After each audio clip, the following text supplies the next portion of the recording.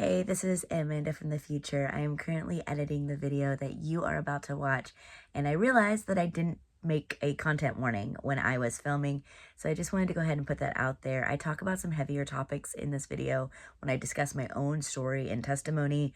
I talk about depression, anxiety, harming myself, and unaliving ideation. So if any of that is something that triggers you or is something you need to be warned about, just be warned that that is a part of it. I don't talk about anything graphic or anything, but I do just want to let you know that that is something that I do mention and do talk about. Make sure you take care of yourself, and I hope you guys enjoy the video.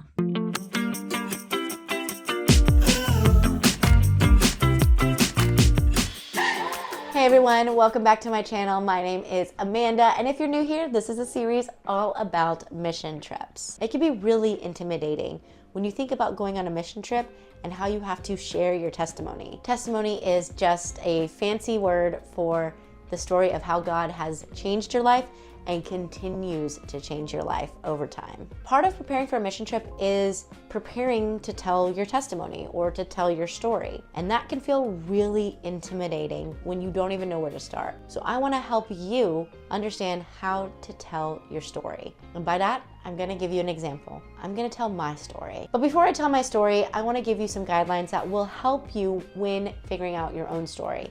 Every good story is relatable in some way, whether it's a character working through some sort of insecurity or someone dealing with a pride issue. Even in the fantastical worlds of wizards, time lords, and bishops named Nico, those stories have really big elements, and we find those stories interesting because of the fantastical nature of them. But if you were to boil a story of a wizard, a time lord, or a dragon named Trash, you'll find that these stories are all about the human experience in one way or another. And that's the important part of your story, is your human experience. We've all been through these amazing things that God has pulled us through. And so when we tell our story, it's not just the, yeah, God saved my life. It's a, God did this really cool thing, and He can do it for you too. And that is a very engaging story. The first thing you do is write it down. I like to start with a timeline, kind of a, in 2000 this happened, in 2000 this happened. That gives you the idea of the events of the story.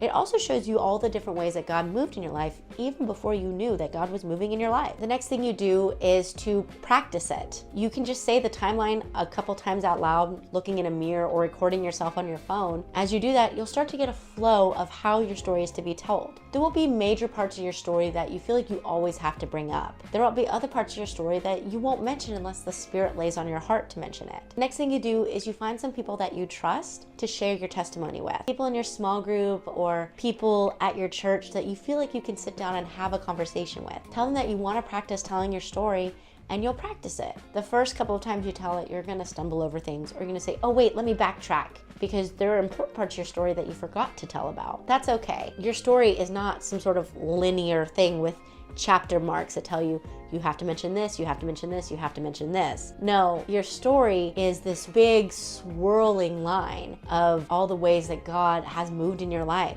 And sometimes you'll go off on a tangent because that person needs to hear it. But don't be fooled that the end of your story is when God saved your life and you became a Christian. No, no, no. The story does not end there, because you're forever writing your testimony in the ways that God has moved in your life. Even though you may have had this life-changing experience 10 years ago where God transformed your life, God is continually transforming your life and showing you new things. And that might be important to add too. I usually try to end my testimony with like how I'm doing now and what God is doing in my life now, what God has allowed me to be a part of because I've given my life to Him. Usually that helps people understand the relatability of your story and how it's not a God saved me, now I'm done. It's a God saved me, now I get to keep doing awesome stuff with Him. Okay, I'm done procrastinating. Here is my story.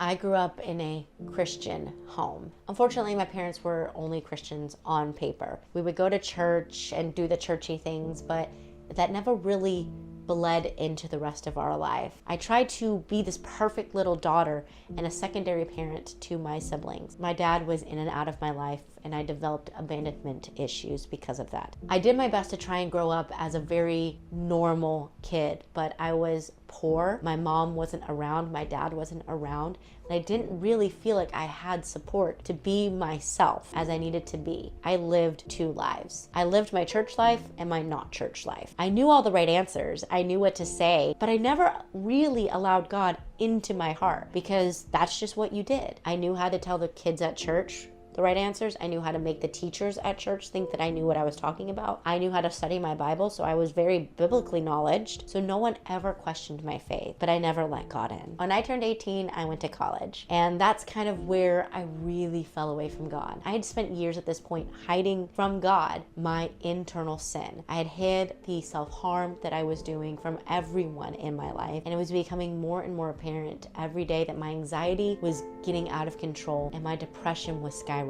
I thought that I could rely on at least church, since that was the only stable thing in my life, to really be there for me. But when I stopped attending as frequently, people didn't really notice. I can't really blame them, although it would have been nice if someone did, but I also wasn't a part of anything. I went to weekend services, but I wasn't a part of a small group. I didn't have any type of community at my church. I was just known as my mom's daughter who always volunteered, and that was it. So I got angry.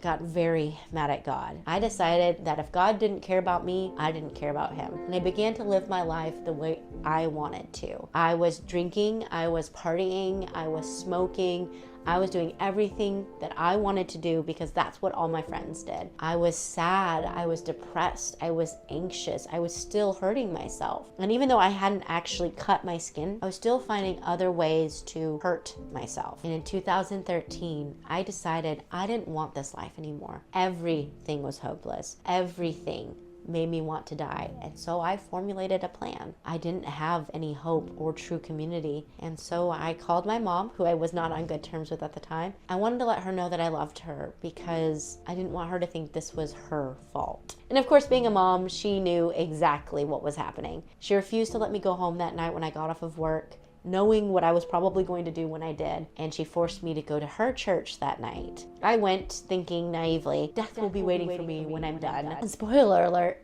it wasn't. No, God had actually saved my life that night. I don't remember what the lesson was. I don't remember what the preacher spoke about. I remember standing in this room against the wall, seeing all these people in front of me get baptized and hearing a voice say, "Are you done running?" I was like, God? Hello? He said, "Are you done running?" I said, "I guess." And I felt this voice say to me, "I need you to get baptized and start again." And I said, okay, I don't know what's going on. I don't understand any of this. I'm gonna do it. I went in, I got baptized. I always tell people this was the day that God saved my life, but not the day I allowed him to change my life. I jumped into church pretty fast, but I also wasn't ready to give up a lot of the worldly things that I wanted. I was still smoking, drinking, and partying. I was sleeping with my boyfriend. I had all these things that I wanted to do that were not God honoring, and that left this kind of tugging feeling in my heart. All while this is going on, I come out as bisexual, and I had the hardest time trying to reconcile my new faith with this new identity that I had. And I came to the conclusion that I couldn't. And if God really did make me this way, then Christians have it wrong. And I couldn't be a Christian anymore. So I left the church again in order to pursue my life as a part of the LGBT plus community. I had a lot of great friends at the time, and I won't look at that time as a complete waste of it. I made some really good friends, but it wasn't good for me because I no longer had my anchor in Christ, which was the only thing that was keeping me going. I began to get very depressed again and very anxious again. I couldn't admit to myself that the correlation between leaving church and this new depressed, anxious feeling meant anything, but I knew deep in my heart that that was the truth. But I continued to just live my life very much involved with just a lot of things that weren't healthy for me at the time. Smoking, drinking, partying, things like that. I was still sleeping around, and I found myself emptier and emptier. And I was seeking out anything that could help me other than God. And eventually, in 2017, God said, enough is enough. One day in 2017, it was May, I had two different friends, one of which I was very close to, both tell me that they couldn't be my friend anymore because I was too negative of a person. I had always thought I was this big, bubbly person. I had a huge personality and everybody loved me, right? I had a lot of friends that still cared for me, but These people were the only people who were honest about how I made them feel, which was sad, because I was sad and I didn't bring positivity to our group. So these individuals left me. They didn't want to be my friend anymore, and it left me heartbroken. And of course I called my mom, which I still wasn't on good terms with. And when I told her the situation and everything that had happened, her response was, "You only call me when there's drama in your life. How about you call me when there's something important and serious to talk about?" And that cut deep. But I actually understood it. And between those two friends that told me they couldn't be my friend because of negativity, my mom telling me it was nothing but drama, it actually hit me of how negative and unwell I was. So I decided I was going to make a change, and I was going to be a positive person from now on. I could not have been a positive person even if I wanted to. But I didn't have to do it alone. I had someone reach out to me, who's my now husband. That's another story for another day. At the time, we were just friends. And barely that. He reached out to me and asked me the very next day, "Hey, do you want to come to church with me this weekend?" And I thought, yes, I will go to church with you. Obviously, this thing that I'm doing isn't working, so let me give this God thing one more chance. And it was exactly what I needed. I don't remember the sermon once again. I think we were in the book of John. I'm not entirely sure. But I remember sitting there having this overwhelming feeling of, this is where I need to be. I didn't hit my knees. I didn't sob. I didn't have someone pray over me and do the fainting backwards thing. I was just very quiet and still. And I felt a sense of peace that I hadn't felt in years. Maybe ever. And I knew I needed to be there. It became easy in that moment to turn away from everything that I felt like would not honor God. I immediately stopped drinking. I stopped smoking. I threw everything away, and I didn't feel like I needed to sleep around anymore. It wasn't easy though. Just because I gave up all these things, I also ended up giving up a big group of my friends. Because a lot of my friends, all we did was smoke, drink, or party together. When I stopped doing that, we didn't have anything in common. I had to distance myself from so many people so I could figure out this God thing, and it hurt. I call that the summer of lonely, and God led me through that summer. Even though everything during that summer wanted me to turn back to my old friends and my old life, I stayed strong because I had one person, my now husband, at the time just barely a friend, and because of that friendship, I got led into other community. I began to volunteer. I began going to a small group, and God continued to build my faith slowly but surely as I continued to grow. And that's not where my story ends. I went through so much more after that, especially since I went through the pandemic just like everyone else. God really stretched my faith during that time, but God really showed me through every season that I was in that He was always there and He was always in control. And even though there are moments that I miss my old community, I miss my old friends, I miss college, I'm always brought back to that moment of sitting in that church chair with God saying, this is where you need to be. I never once felt a desire to run from God. He's always been there and worked through every situation that I've been in. It's been incredible for me. I still deal with anxiety. I'm actually in therapy for it now. I still deal with some depression. It's seasonal depression time. But at the end of the day, my anchor is in Christ. I no longer have to worry about if I'm gonna make it through the night because I know I will. It's not easy. Satan tries every day to get me to turn back to my old ways. There's still some habits I've not been able to kick yet, but God is always there to help me when I feel like I'm going to give in. He always shows me exactly what I mean to Him, and He is working on those deep scars of insecurities that I held from my early childhood all the way through things that happened yesterday. God is always there, and I wouldn't be here without Him, so I'm very grateful for my relationship with Him. Okay, whew, I was crazy vulnerable with y'all.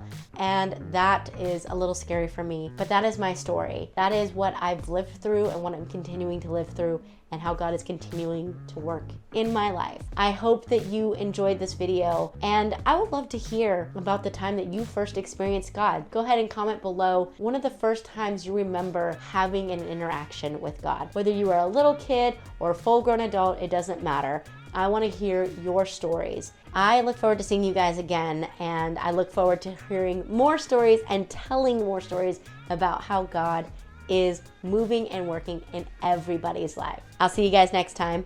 Bye!